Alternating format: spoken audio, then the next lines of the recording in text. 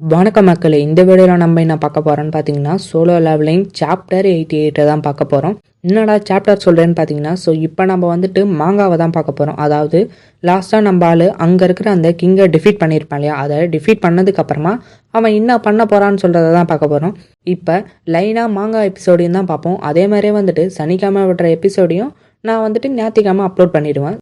ரெண்டுமே பாருங்கள், கொஞ்சம் வந்துட்டு உங்களுக்கு கிளியராகவே புரியும். அதே மாதிரியே வந்துட்டு அதுலேயும் வந்துட்டு கொஞ்சம் டிஃபராகவும் இன்ஃபர்மேஷன்லாம்.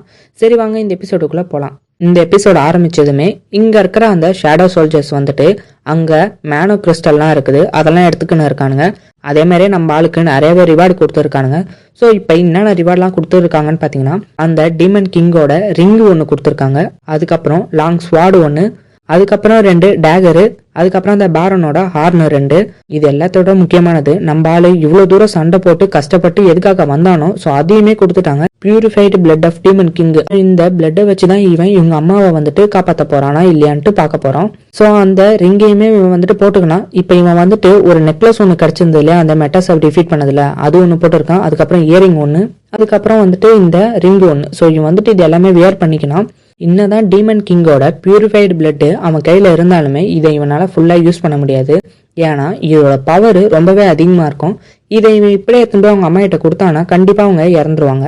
அதே மாதிரி இதில் வந்துட்டு டீமன் கிங்கோட பிளட் இருக்குது இல்லையா, இதில் சில டாக்ஸிசிட்டியும் இருக்குது. அதனால இதை ரிமூவ் பண்ணுறதுக்காக இவனுக்கு வேர்ல்டு ட்ரீ ஃப்ராக்மெண்ட்டும் ஸ்ப்ரிங் வாட்டர் ஆஃப் எக்கோயிங் ஃபாரஸ்ட் அதுவுமே தேவைப்படுது. இது எல்லாமே வந்துட்டு இருக்குது. ஸோ இப்போ இவன் இது எல்லாமே யூஸ் பண்ணான்னா இவனுக்கு எலிக்சர் ஆஃப் லைஃப் கிடைச்சிடும். அதை வச்சு அவங்க அம்மாவை அவன் காப்பாற்றிடலாம்.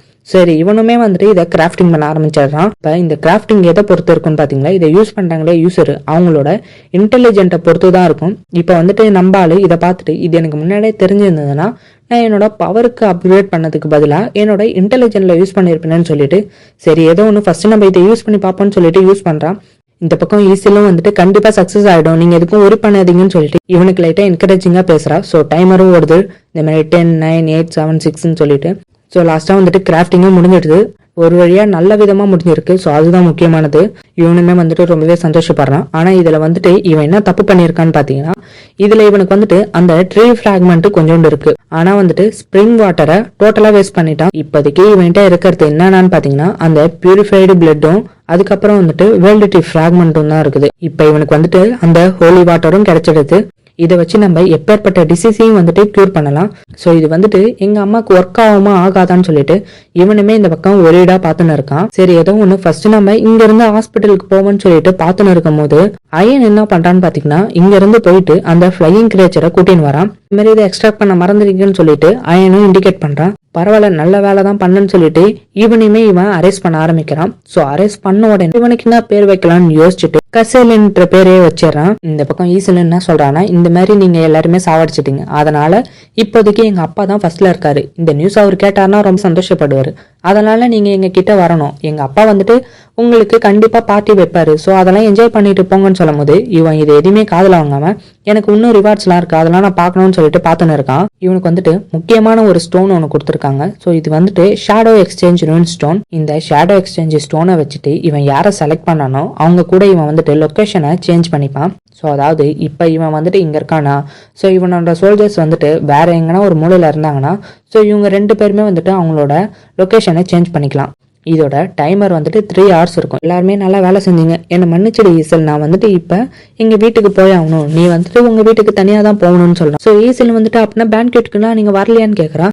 இப்போ அதுக்கெல்லாம் எனக்கு டைம் இல்லை, இப்போ நம்ம இருக்கிறது வந்துட்டு 100th floor, இங்கேருந்து நம்ம வந்துட்டு 18th floor உங்கள் வீட்டுக்கு போகணும், அங்கே போயிட்டு ஹாஸ்பிட்டலுக்கு போகிறதுலாம் வந்துட்டு கொஞ்சம் கஷ்டமான வேலை தான், அதனால நான் உன்னை அப்புறமா பார்க்குறேன் சான்ஸ் கிடைச்சான்னு சொல்லிட்டு இவன் வந்துட்டு ஷேடோ எக்ஸ்சேஞ்ச் ஆக்டிவேட் பண்றான். இவன் இதை ஆக்டிவேட் பண்ணதுமே இவன் பேட்ரோலிங்க்கு சில சோல்ஜர்ஸ் எல்லாம் விட்டுட்டு போயிருந்தாலே அங்க இருக்கிற ஒரு சோல்ஜர்ஸ் கூட தான் இவன் எக்ஸ்சேஞ்ச் பண்ணிக்கிறான் லொகேஷனை. அவங்களோட நெய்பரிங் ஹவுஸ் பக்கத்துல இவன் வந்துடுறான். ஸோ இங்க இருக்கிற சோல்ஜரும் வந்துட்டு அந்த டீமன் கேஸ்டல் உள்ள போயிடறான். இது வந்துட்டு உண்மையுமே நல்லா தான் இருக்கு, ஆனா என்ன கூலர் டைம் தான் கொஞ்சம் அதிகமா இருக்குன்னு சொல்லிட்டு பார்த்துன்னு இருக்கான். ஸோ இப்போ வந்துட்டு 3 மணி நேரம் கழிச்சு தான் இதை மறுபடியுமே ஆக்டிவேட் பண்ண முடியும். ஸோ இவன் இங்கே வந்ததுக்கு அப்புறமா கசையில கூப்பிட்றான். சரி வா நம்ம ஹாஸ்பிட்டலுக்கு போகலான்னு சொல்லிட்டு கசையில கூட்டின்னு ஹாஸ்பிட்டலுக்கு போயின்னு இருக்கான். இந்த பக்கம் நமக்கு வந்துட்டு ஊவையும் அங்கே இருக்கிற ஆளுங்களையும் தான் காட்டாங்க. ஸோ ஊ என்ன எக்ஸ்பிளைன் பண்றாருன்னு பார்த்தீங்கன்னா, இந்த ஆண்ட் எல்லாம் இருக்கு இல்லையா, இது வந்துட்டு ஒரு ஜென்ரேஷன்லயும் இது வந்துட்டு எவால்வ் ஆகினே இருக்கு. ஸோ இந்த சீசன் ஆரம்பிக்கும் போது ஃபர்ஸ்ட் சீசன்ல ஃபர்ஸ்ட் எபிசோட்ல இது எல்லாமே வந்துட்டு வெள்ளை கலர்ல இருக்கும். அதுக்கப்புறம் வந்துட்டு கொஞ்ச நாள் ஆனதுக்கு அப்புறமா இது வந்துட்டு ரெட் கலர்ல இருக்கும். ஸோ இப்போ லாஸ்ட்டாக வந்துட்டு இது அட்டாக் பண்ணுச்சு இல்லையா, அப்போ இதுக்கு புதுசாக விங்ஸும் வந்திருக்கும், பறக்கவும் ஆரம்பிச்சிருக்கும். இதேமாரி நம்ம விட்டோம்னா இதுங்க இன்னும் நிறையவே எவால்வ் ஆகினே வந்துனே இருக்கும். ஆனால் வந்துட்டு இதோட லைஃப் ஸ்பேன் 1 இயர் தான் இருக்கு. அது மாறதுக்கு முன்னாடி நம்ம எதனா பண்ணணும்னு சொல்லிட்டு இவருமே இந்த பக்கம் எக்ஸ்பிளைன் பண்ணின்னு இருக்காரு. ஓவுமே என்ன யோசிக்கிறாருன்னு பார்த்தீங்கன்னா, இப்போ அந்த குவீன் ஆன்ட்டி கிட்ட நிறையவே சோல்ஜர்ஸ்லாம் இருப்பாங்க. அதே மாதிரியே வந்துட்டு அதுங்க எல்லாமே ஏ ரேங்க்கு தான். ஸோ அது கூட நம்ம விட்டுடலாம். ஆனால் வந்துட்டு அந்த மான்ஸ்டர் கண்டிப்பாக எஸ் ரேங்க்குக்கு மேலே தான் இருக்கும். அதை நம்ம எப்படி டிஃபீட் பண்ணுறதுன்னு சொல்லிட்டு பார்த்துன்னு இருக்கான். இந்த மாதிரி அதுங்க ஜாமிங் சிக்னல் யூஸ் பண்ணுதுங்க சார்னு சொல்கிறான்.